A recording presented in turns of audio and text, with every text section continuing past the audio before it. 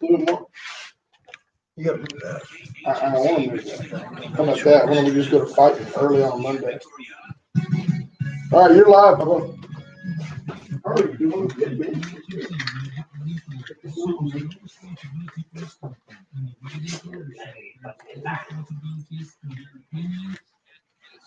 All right. COVID second wave, rioting versus protesting. Antifa, a terrorist organization, SpaceX successfully launches and docks, all that and more coming up in today's Wade and Carter Show. You didn't mention the sheriff. Hmm? You didn't mention the sheriff.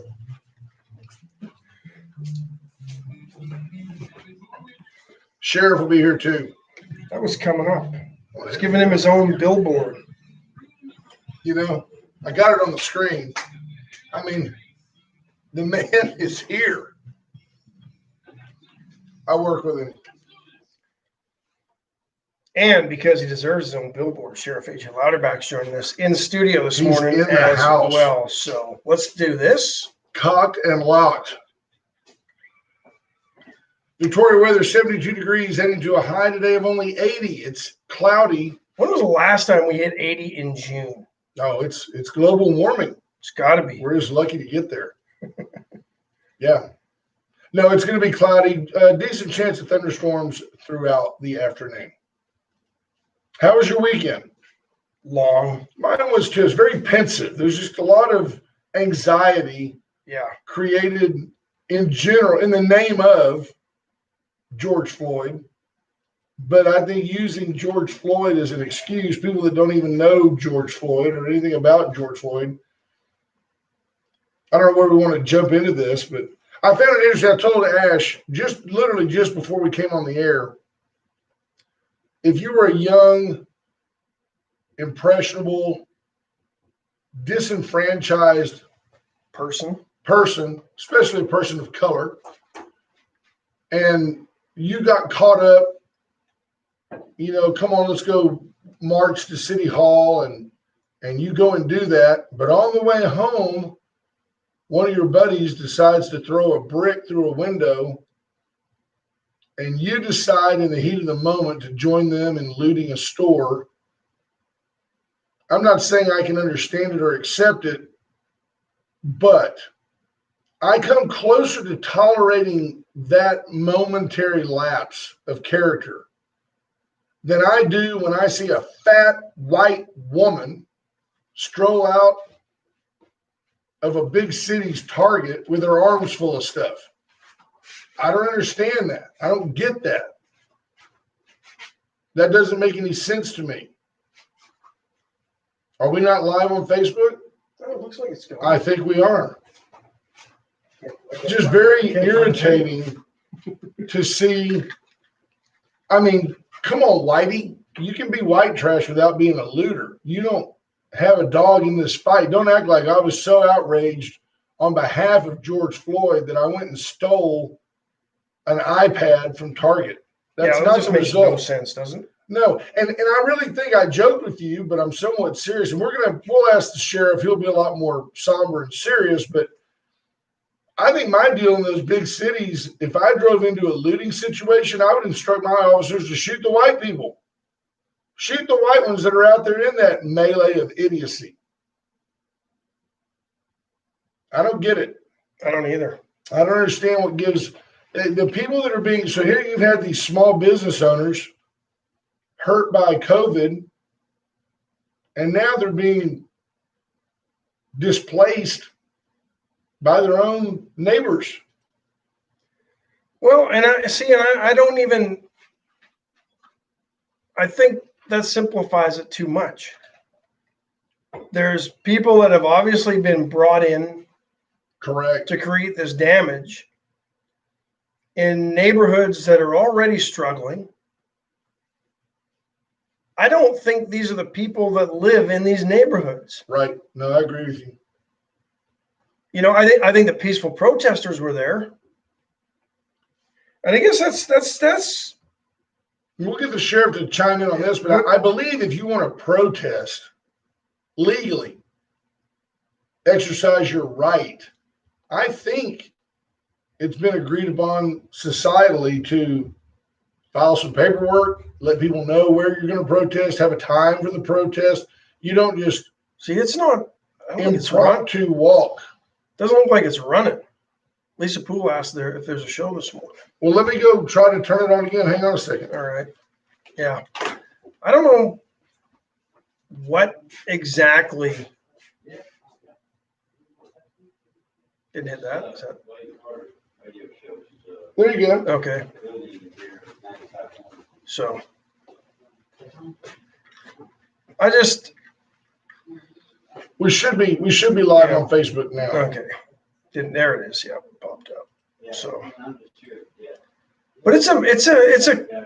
I don't know what this thing. It wore heavy on my heart all weekend. Honestly, Right. you know, it started with, you know, obviously with the death of George Floyd.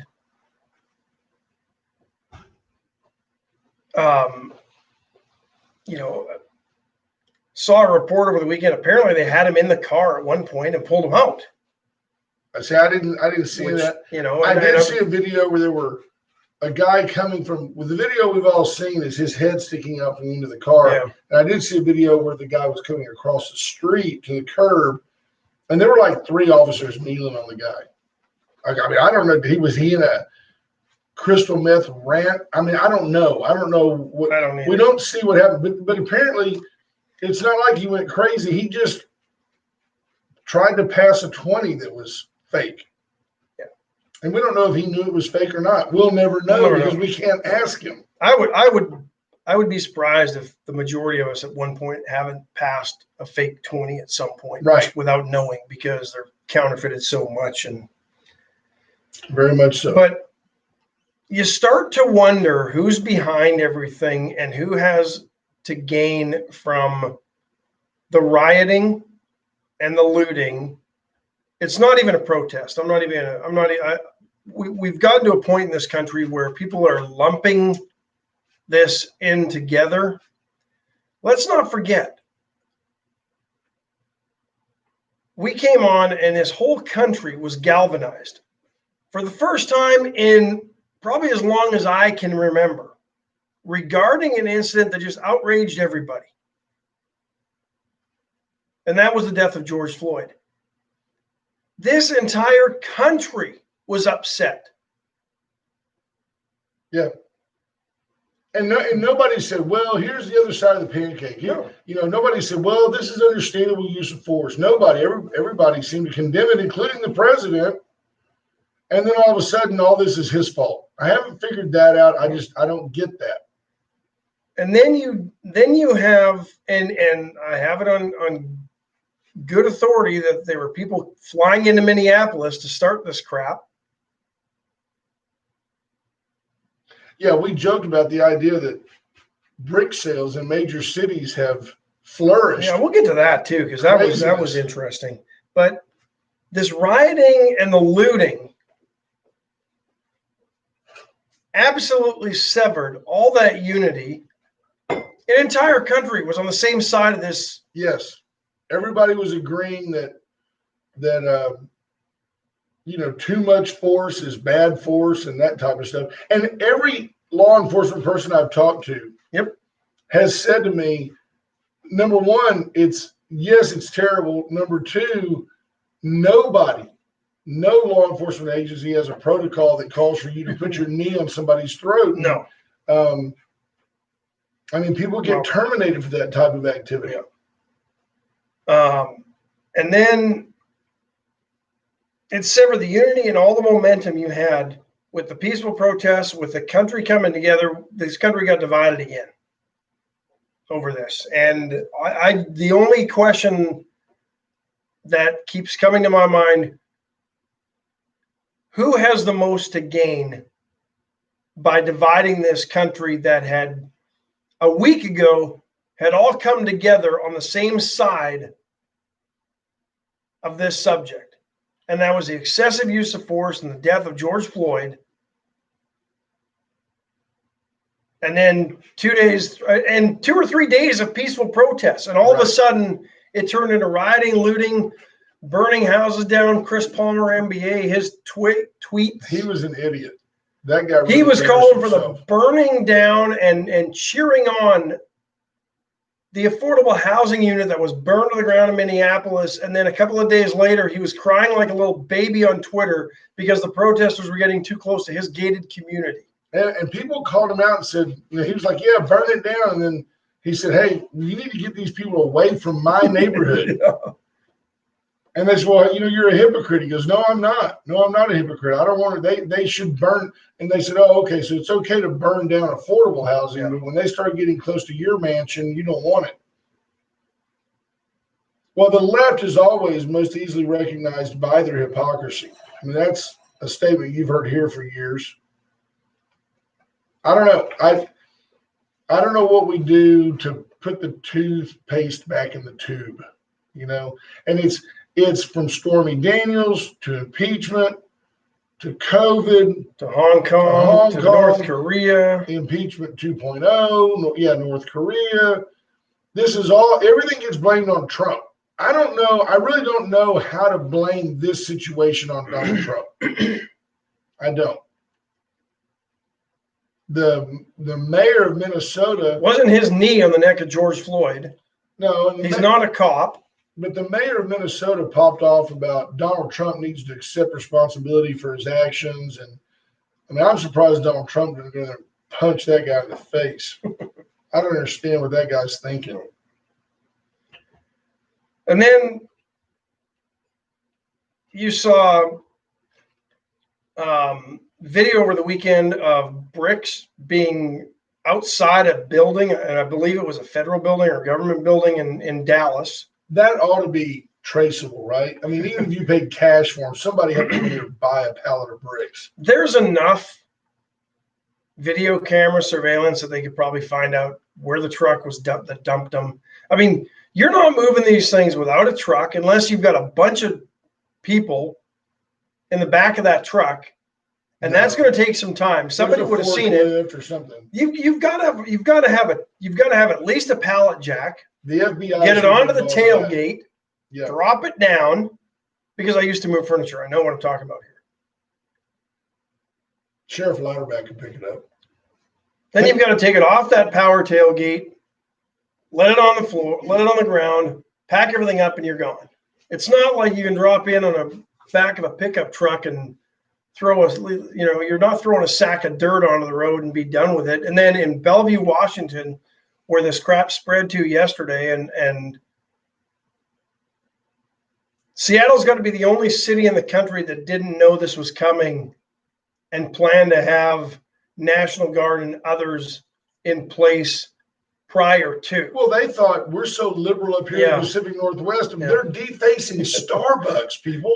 They put a curfew in place, I think, in downtown Seattle 5 minutes before they wanted the curfew to be in place. That's how prepared they were for this. And talk about crappy leadership, but there were piles of stones about the size of softballs in the middle of a park area in Bellevue, Washington.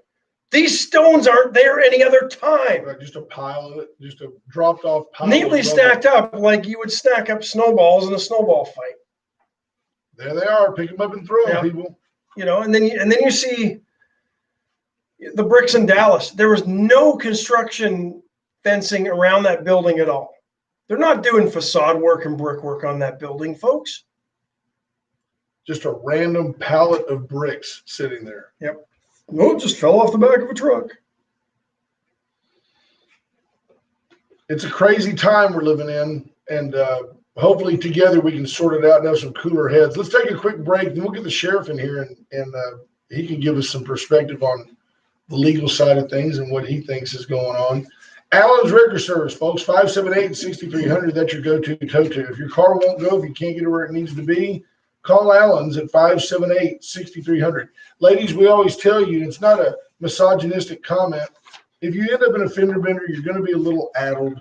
Stay in your vehicle. Try to get it off the road immediately if you can. If it's mobile, get it off the road. But don't get out of your car. Call 578-6300 and let Allen's Wrecker Service come in and secure the scene for you. VCS Company, Rocket Oilfield Services, and the only locally owned and authorized AT&T retailer are all part of the Hartman Communication empire. Jim Hartman, Miss Jennifer, JR, Kelly Hartman Hinkie, they all work at the family business. And they all work for you. They do, absolutely. The modicum, the standard bearer of quality and doing it right the first time, all reside on Kerr Boulevard.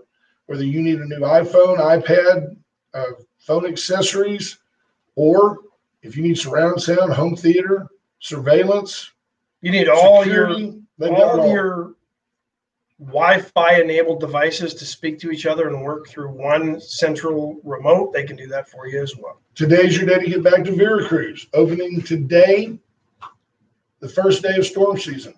Get in there and have a Mexican hurricane. You'll be very thrilled. They will treat you right at Veracruz. The best queso, tortillas, guacamole, just the best overall Mexican food experience in Victoria. Get it to go. 576-6015 is the number to call. Absolutely. They'll bring it out to the curb, they'll deliver it, whatever you need. Veracruz is your go-to. And Razor IT Solutions. John Paul and his team will help you with your analytics. Will help you study what's going on with your Facebook page and what's going on with your website. They'll coordinate the two so you have a consistent brand throughout the social medias. Reach out to JP and understand how to collect money on the internet, understand how to let all of that interface with your QuickBooks. That's what they do. We're just at the tip of the iceberg because, to be honest, he does stuff above my pay grade. But Razor IT Solutions is a great place for you. Stuff above most people's pay grades. Absolutely. Let's get the sheriff in here because he's smarter than us and he's willing to take time to enlighten us. And he's here. And he's here. And he's also got a gun. So let's let him get in here. I know that you can turn that if you turn it, yes, so that we can get you, just turn it so it faces that microphone. Tell you what, why don't you get where you want to be and I'll come turn it. Look at him. Look at him go. That's the smoothest. Yeah, he's just, the transition is just, well, I mean, look, we joke about having the sheriff on, but he's been on Fox News. He's been to the White House. They've renamed the Lincoln bedroom the AJ Suite. You know? Look, he didn't really do a very good job. All we see is his hands. Yeah, Turn a little bit more. Oh, yeah, that'll be good. That'll be FaceTime right there. So the brim of the hat, that was it. Yep. That should be good now. So the man in the big hat is buying. There it is. There he is. Sheriff, how are you? I'm good. Good morning. Good. Glad you're here. How are We're you? glad to have you here, sir. It's always a pleasure. How worrisome was your weekend with all the crap going on around the country? A lot of good friends of mine in the urban world of law enforcement that were really busy. That's some direct information that we can transfer to your listening public about that. Awesome. Well, why don't you just take a minute? I know you're very thoughtful. I know you've been dwelling on this, and we haven't talked. We've texted a couple of times, but just give us your thoughts. I mean, start wherever you want, and we'll ask questions as we see them pop up on the screen. Sure.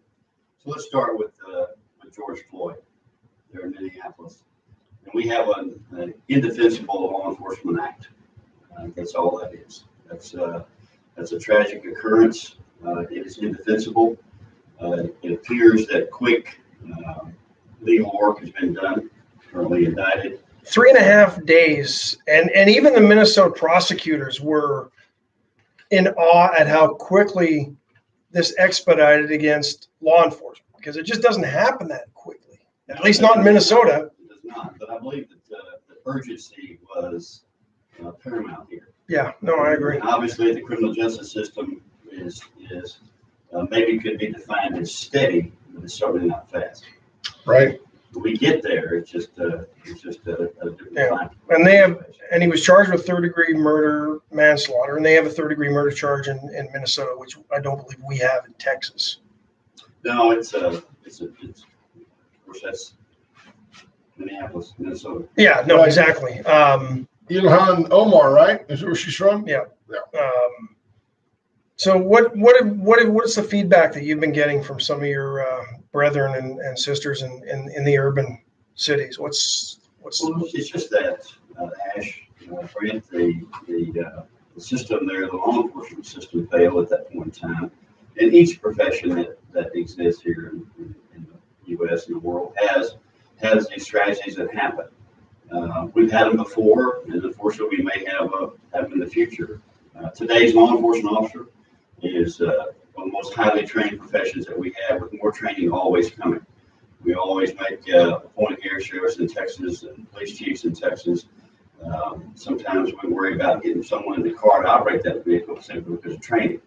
So we're highly trained. And how do you stop things like this from happening? I don't know how you stop human aberration like that. We have bad situations that occur. This is a tragedy and a horrific thing. It's indefensible. The criminal justice system will go to work here right away. And I assume that all four will be adjudicated pretty quick in this respect. Where do you start, or I mean, I make assumptions about your stance on protests and riots and looting, but where do you start saying, okay, I can tolerate a certain amount of outrage up till now? I mean, I remember the Watts riots as a little kid. I remember thinking how dumb that was to see a picture from a helicopter of a huge portion of Los Angeles on fire by the people that lived in those neighborhoods. Like, what are you people doing? You know, and we're kind of back to that. It's like it's come full circle. Let's move back to that area, because it's Outrage up till that is a concern today. And of course, looting and rioting as a form of protest is wrong. Let's be real clear about that. The issue that we have is protest, and we've had in this country. We've had over the last week, we've had some very peaceful protests. We've had law enforcement joining hands with people. We've had plenty of good things that have happened with protests as people let out the anxiety of this entire episode. So we have those things. Let's not lose sight of that. But they're not getting the coverage because that doesn't sell subscriptions. That doesn't drive ad revenue. That doesn't bring viewers to your television programs. So that brings up capitalism, what you're talking about. Yeah. So let's talk about Antifa a little bit. So that the first words in their logo was abolish capitalism.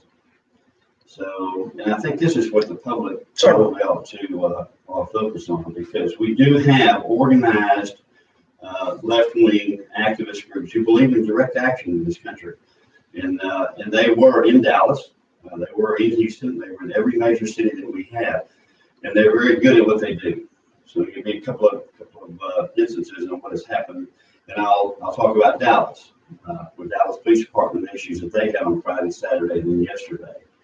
So Antifa are in these groups. They fly in and drive in from different areas, and they are very good at inciting the particular groups of people that are there who they do not know.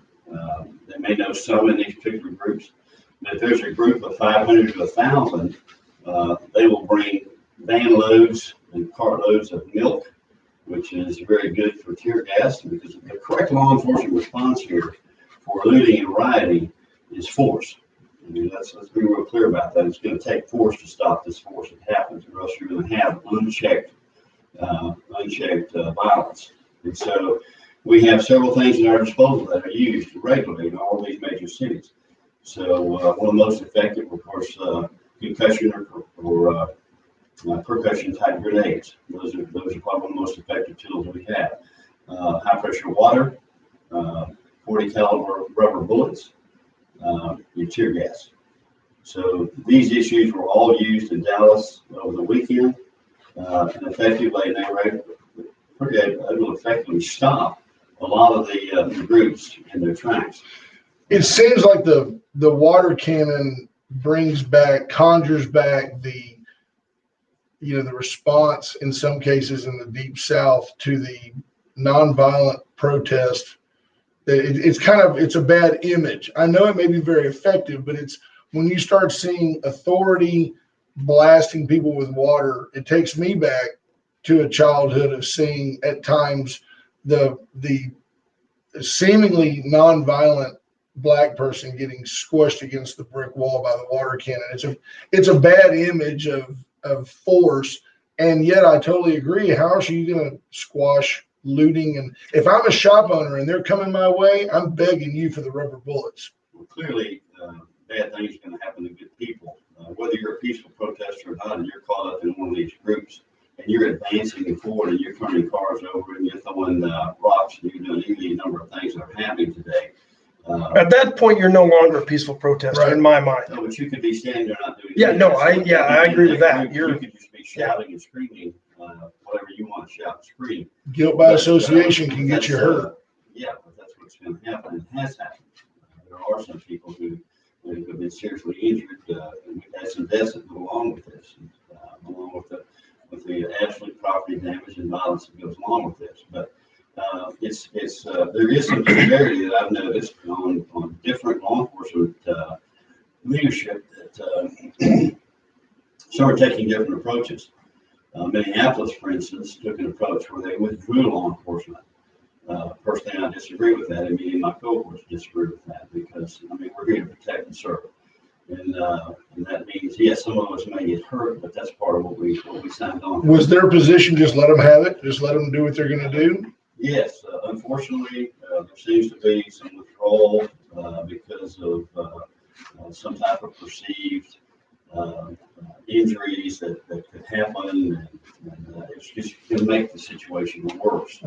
And many of us believe differently than that. That if you don't stop this kind of action and show strong ability to repel the force that's happening, that you're just going to suffer more. the irony is not lost upon me that the call to hold the officer who held George Floyd down with his knee, killed him, the other three that were involved, to be held accountable by law, yet you have people running absolutely lawless in the cities in the wake of this. There's an irony there that is not lost upon me. And I that's what I have trouble trying to wrap my mind around, is you want law to be held accountable, but you don't want to follow any laws in trying to achieve the end that you're trying to get to. It just, I can't wrap my mind around that line of thinking and the logic that goes behind that is behind that. Well, no, actually, not alone there. Obviously, violent protest is not what we're looking for in this area. I mean, yes, having a parade, having peaceful protest, getting your point across, these are all things that we're used to seeing. And unfortunately, in this country, we're used to seeing riots also. This isn't anything new. We've gone through periods of time like this, where this has happened. And we do have, currently, we have like 14 shootings and 14 different deaths associated with law enforcement.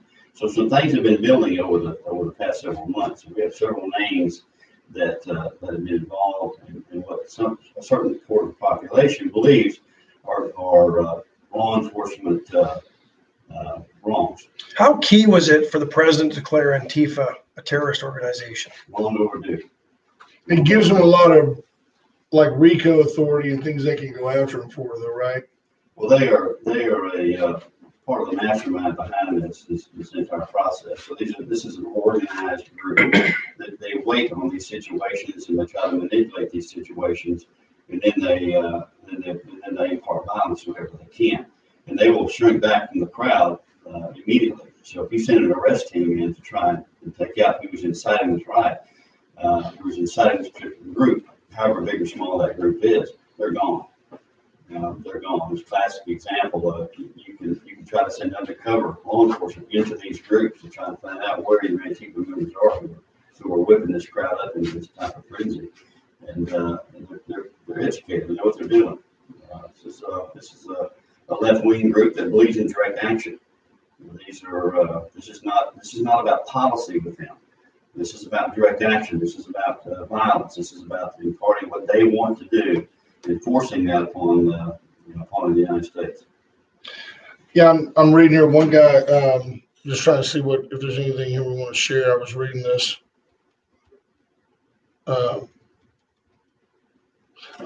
James Kurtz said that a shop owner in San Antonio opened up on some protesters over the weekend. I don't know.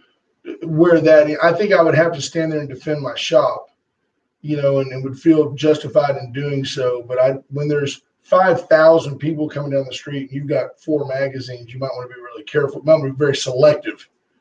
Well, let's address it this way. Individuals with individual property, as property ownership within Texas law and so forth.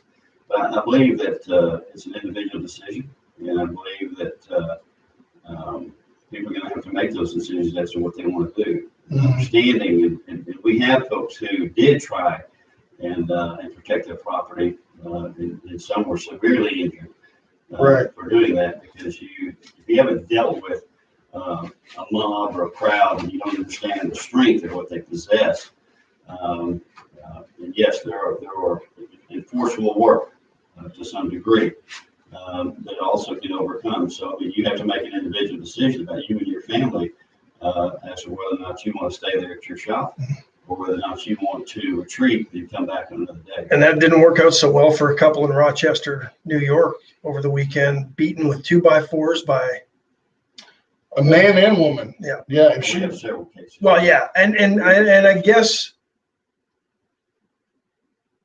and all people did was stand around with their cell phones and videotape the damn thing. So,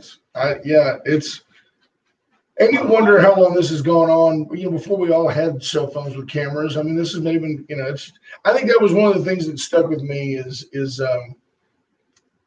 I can't put myself in the position of the displaced and angry, disenfranchised person, the young black man who's unemployed right now, who's angry and scared and all of that. But I don't think that it would ever drive me.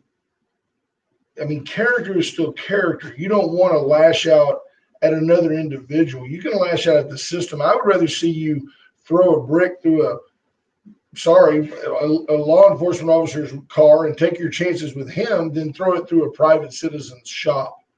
I saw some video, numerous cities, where officers pulled up trying to help people and people attacked their cars. They had to drive off. I mean, you just can't be in that situation where you're going to get literally ripped apart by an angry mob. No. It's crazy times. You got to be smart about this. Articulate for me, we talk often about how blessed we are in this area, that I think by and large we have solid race relations. I think that by and large we have our share of ne'er-do-wells, but I mean, we've got just as many, I call them white trash meth head idiots as we do other races. It's just, you've got good people and you've got bad people. Some are white, some aren't. I keep looking at it as that we're fortunate in maybe our smaller communities. Maybe Antifa doesn't waste their time coming here. But I think we've done a good job in Victoria, and I know Edna and your county of kind of maintaining an open dialogue and not going to these extremes. Well, let's the best way for me to explain this is urban versus rural. Urban versus rural. I can't speak enough about the differences in Houston, Texas, and the Houston Police Department and their policies and what works for them and what works for us. Rural is always going to have a better connection to your population. Trying to connect with 4.5 million people from a law enforcement perspective is going to be. How would you go about doing that? Right. Getting those messages across. How would you like? Difficult at best, if not impossible. So if we go to a 2-block area, there's 8,000 people live in that area. How do law enforcement? I mean, what policies do you use that are going to work there? Right. And so many of these things that we've known about urban policing over the years of my career in this business, it's a very different atmosphere that you have to deal with, simply because you're dealing with a number of people that we don't deal with. If we're dealing with 40, and there's 2 of us versus 2,000, then you have different policies that are going to work and some that aren't. And so this is what's always bred in law enforcement, the differences between the two systems. And what we have, they're very distinct. Where do you think this goes from here? I mean, what will this violence, and will it run its course? Will there have to be? I mean, what's next? National Guard? I don't even know. I don't even know the options. Well, the National Guard were called into many places. I believe in Minnesota they actually gave them live ammunition, because and a rare, apparently that's a very rare thing to do with the National Guard. That's appropriate. This is a violent act. Yeah. This is the science of the mob. The mob ability to destroy lives, property, everything that goes along with it. So, I mean, force is required here. I mean, don't make any. Yes, you can leave. You certainly can. You come back and pick the pieces up. Those are your choices. The individuals are going to have to make that choice. And I was That's what they want to do. heartened somewhat last night. Saw a video of people getting together in Minneapolis to help pick up the pieces and clean up. Volunteers of, Sure, Americans will do that. And here's the thing, the messaging by the mainstream media is that everybody is a racist in this country. Race relations are at their absolute worst. Yet you had people of every color, every background imaginable, just by looking at the pictures, all coming together to help clean up Minneapolis. If this was such a racist, hatred-filled country, that wouldn't have been happening. That's right. So don't give me that BS that's the norm.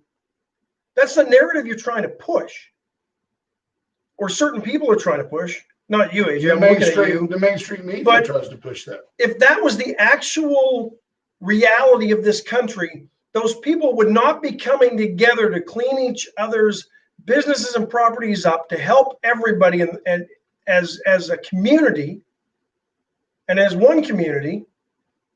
It wouldn't happen. If we were so racist and hatred filled, they would have been doing their own thing and not helping each other.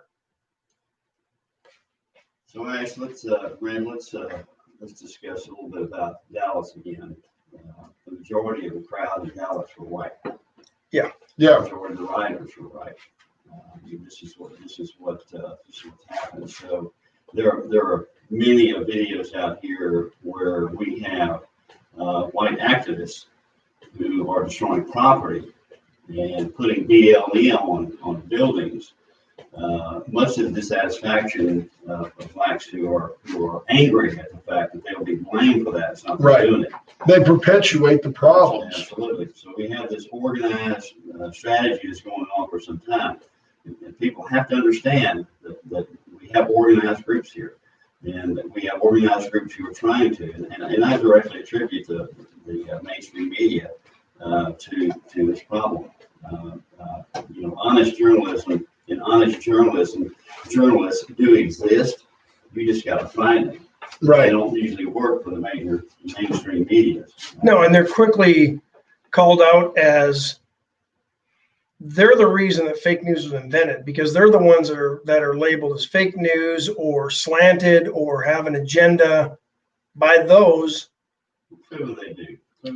This is, if you want to call them enemy number 2, enemy number 1, take your pick.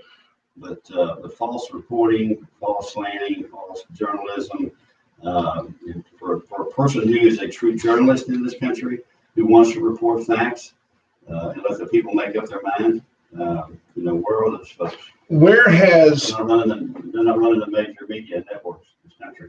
But where has Joe Biden's outrage been recorded, or Nancy Pelosi or Schumer or Schiff reaching out and saying, "Hey, America, be calm"?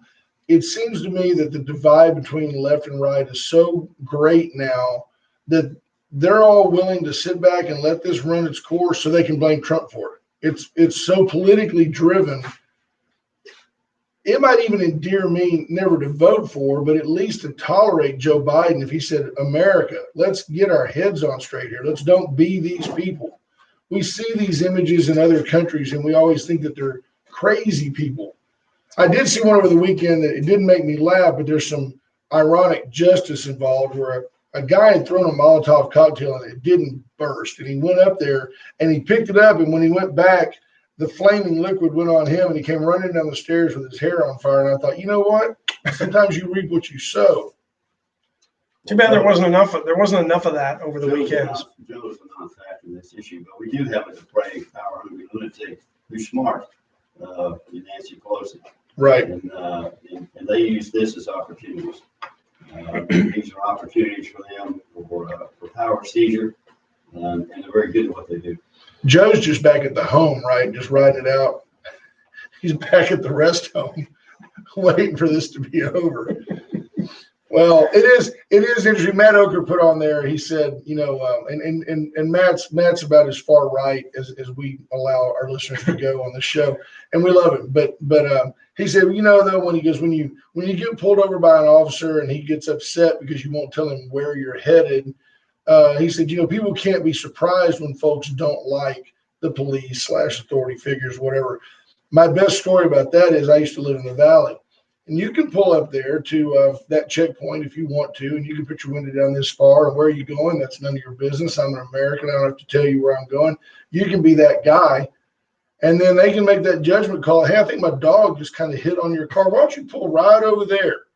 And when you pull over there and they dismantle your car and take all your seats out and take all your stuff out of your trunk and say, okay, you're free to go. Well, good luck putting your car back together. It might have been easier to say I'm going to San Antonio.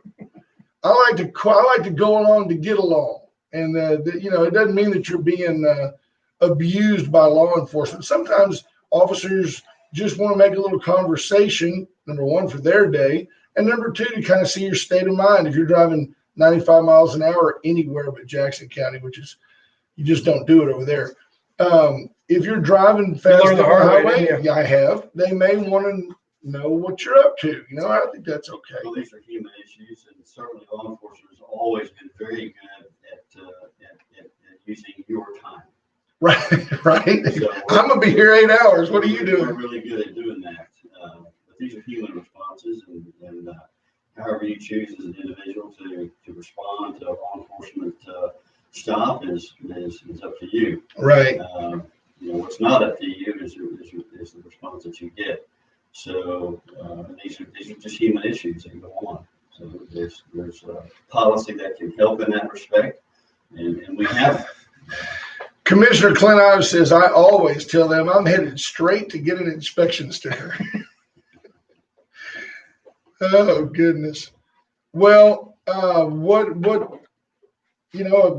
in the relative calm that we are blessed with here, because we have intelligent people in our midst, what can we do? What can we do locally, or what can we do through this vehicle to try to help the situation? In areas that are unaffected by these issues, which essentially for the Gulf Coast, between Corpus and Houston, we're blessed with great people.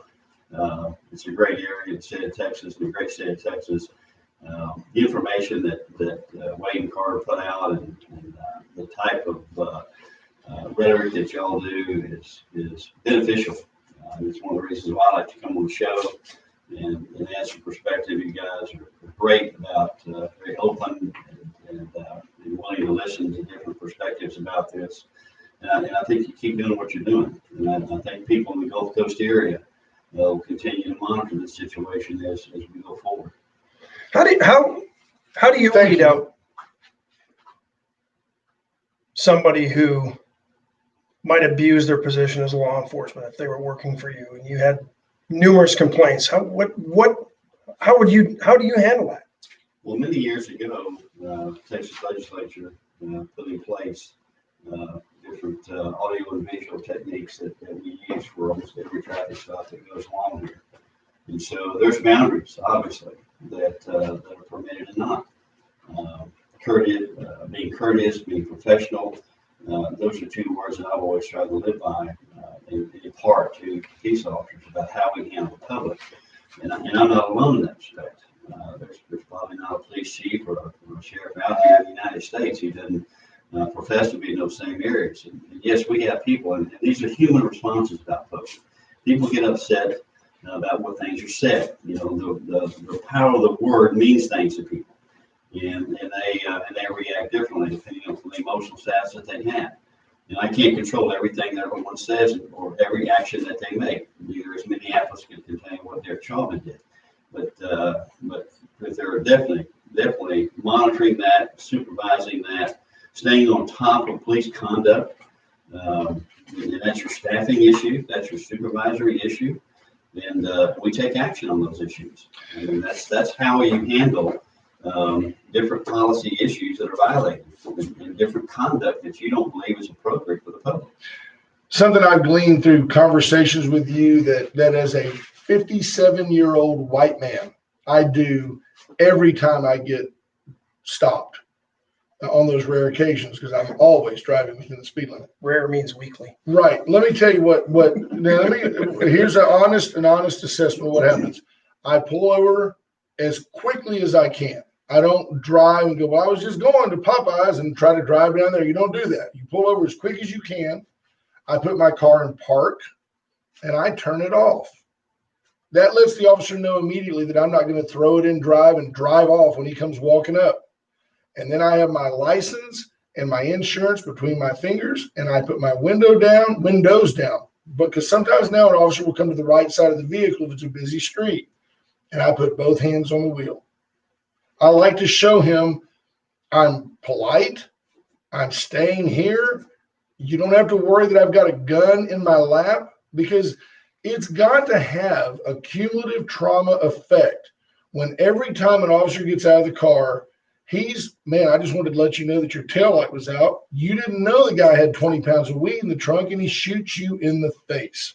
And it's a very real thing that can happen all too often. If you watch it, and I know you don't watch it because it would just bore you to death, but you watch a show like Cops, and you just see how crazy people are.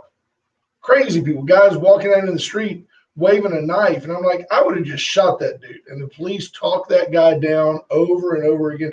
Maybe because Cops is filming them, I don't know. But they don't do what I would do. I'd go, man, that guy's crazy. Well, but if you believe, if you watch Cops, you would think that every stop is like that. And that's not the case. I mean, that's, again, that's part of that. That's to drive ratings, because if they showed the boring stops, nobody would watch shows like that. Steve Kidder adds, if it's at night, just turn the inside light on too. We all talk about Bag the Blue and support law enforcement. That's how you can do it. Relieve their anxiety as well. Because the last thing you want to do is be the guy that makes another human being snap just because, the last thing I want, if I'm near the end of my shift, is some 20-year-old kid talking about, I pay your salary and blah, blah, blah, blah. Oh, I'm sorry, my nightstick happened to hit you in the teeth. I didn't mean for that to happen. Yeah. Yeah, I don't have that mentality it truly is to protect and serve. And the serve part of it is sometimes lost on me. Those are successful, what you talked about. Those are successful, what Steve talked about. Those are successful law enforcement strategies that put you in a lower risk factor. So one thing I'm going to add to that for your listeners is always show us your hands. Have your hands in some place where we can see your hands. So Mr. Kidder's talking about illumination there on the inside of the cab. Those are great tips. So if I'm going to send the right message to law enforcement about compliance and lawfulness, then those are some things that I'm going to do to set the stage for that. Those are all messaging. Right. Matt Oger says, what about the collective trauma of the opposite of that? Police misbehavior towards citizenry. And that's maybe some of what we're seeing now. But, I've never seen a policeman get upset with me and go riot and loot. I mean, I think you just have to draw the line somewhere and say, we're all in this boat together. There's no reason to, start throwing people over. Some of it's kind of craziness. It's one of the toughest professions. And I think the public understands to some degree that there are folks who are in this business for many years and they're no longer suitable for the job. And those are the ones we have to help get out. Right. Many of them recognize that and say, I can't do this anymore. I need to change of position. I need to be somewhere else. Patrol has gotten to me, and those I can no longer follow some policies. And it's up to the administration to put those people in place where they either can be successful or move them out of the job where they can be successful in another area. Well, I had a local law enforcement officer here who's long ago retired. I asked him, why did you get out? Sharp guy, but definitely could have advanced through the ranks. And he said, I have to tell you that I finally got to the point, he goes, I was on a call and a lady had called me about her lawnmower getting stolen. He said, when I got to her home, she said, I left everything just as it was. He said, it was in the evening, getting dark, and her garage door was up. And he goes, and I felt zero empathy for her. He's like, well, so you're telling me that your lawnmower was sitting right here by the door of your garage, and your garage door was up, and you're surprised somebody stole it.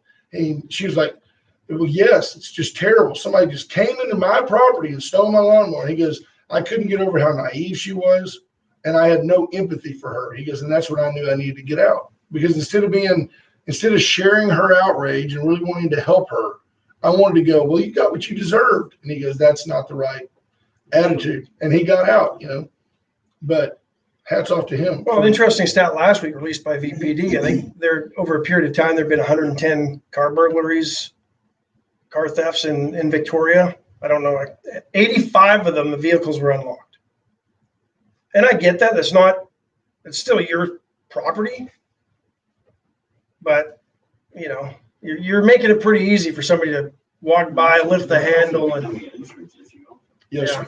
Well, this is going to be a huge bash to the insurance industry right here, and this is going to be huge. All this, there's going to be There's cost here. lots and lots of claims. And people's insurance go up, and they'll be outraged again. So I knew a sociologist who worked for a number of large cities and had done some studies. This was years ago, and he had done and theorized. He hadn't really done enough studies, but from what his work, he felt in the big cities anyway, that the shift from sort of the community policing and cops walking the beat changed the way policing was done in larger cities. This was in Canada, so it may not exactly correlate, but he felt that shift in strategy changed things up, at least in areas where there were larger, not the suburban areas, but more in downtown areas where people were living but less of a police presence. He felt that changed the dynamic of policing in those areas, and also the relationship between police and law enforcement and the citizens in those areas. doesn't that feed right into your comments about rural versus urban? Because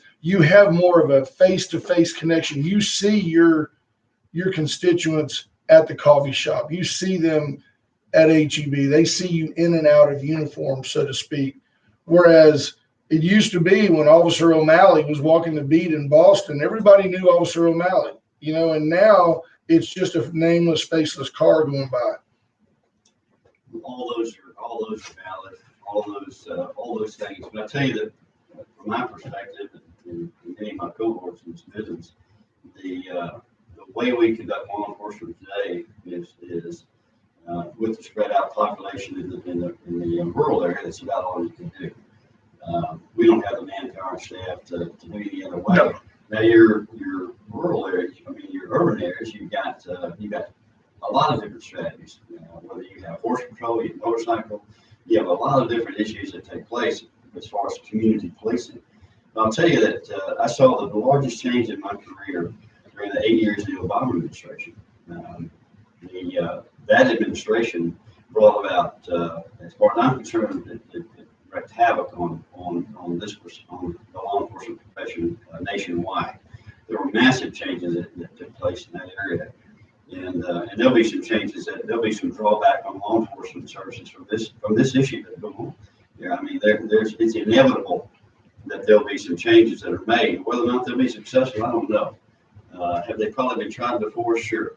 As we try to do a better job of weeding out individuals like the Derek Chauvins that are in this business, there'll be some changes that are made. That's the path going forward.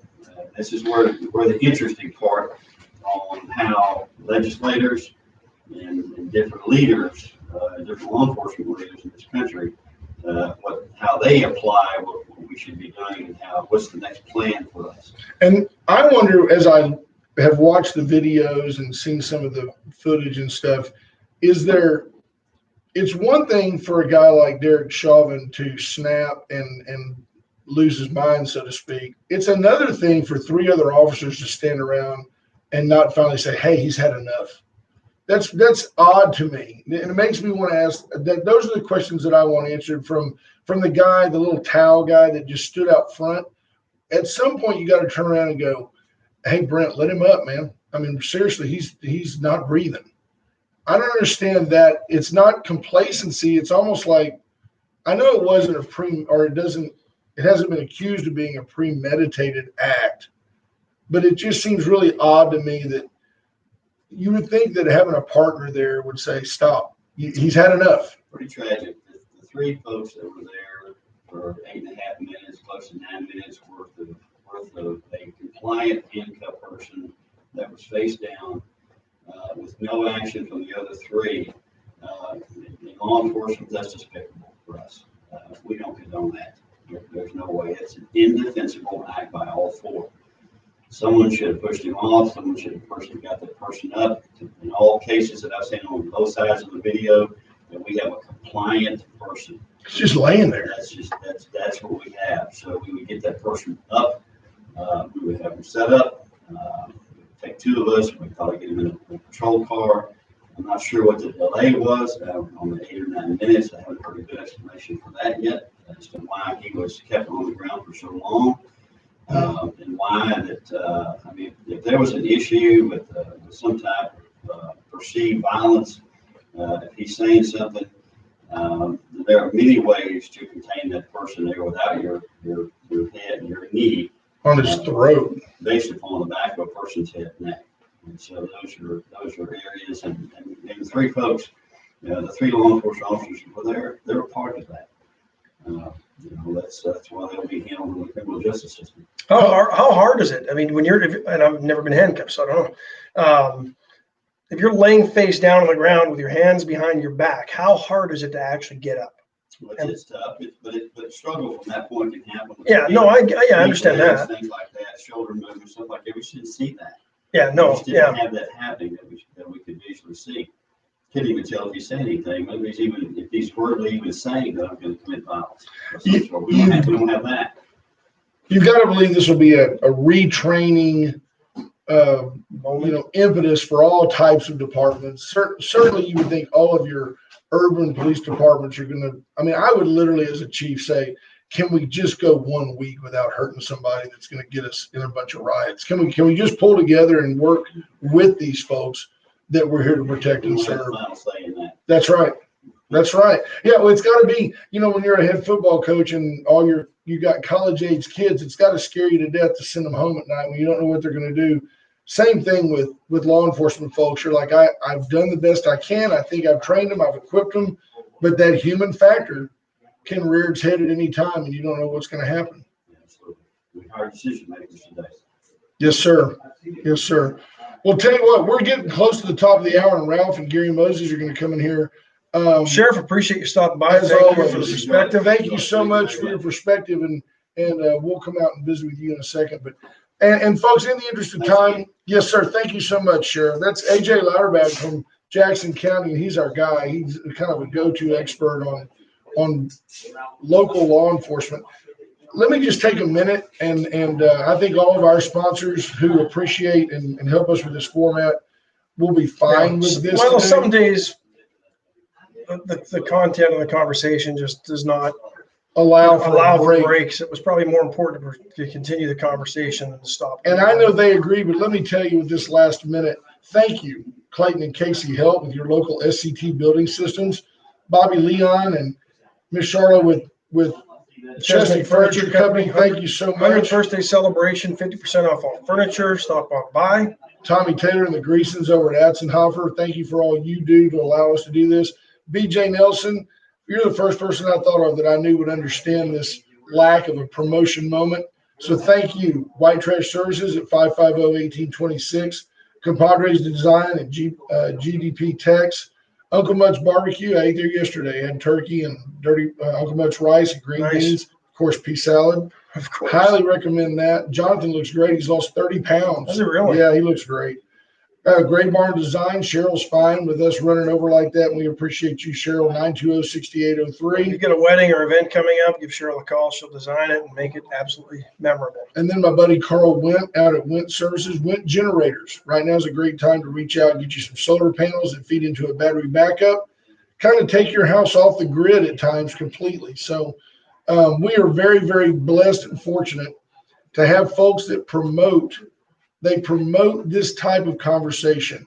And we're also very fortunate to have folks like Sheriff Louderback who believe in our format. So very complimentary of you and I guess me by him. Was very flattered to hear him say that we do a good job, and we try. So hope you guys have a great day. Be safe out there.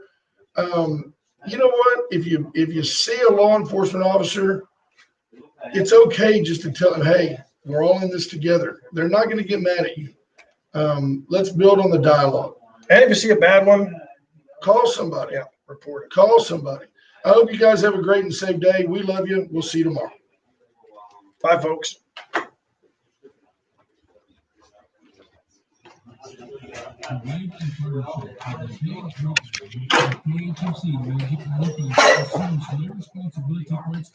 You okay over there?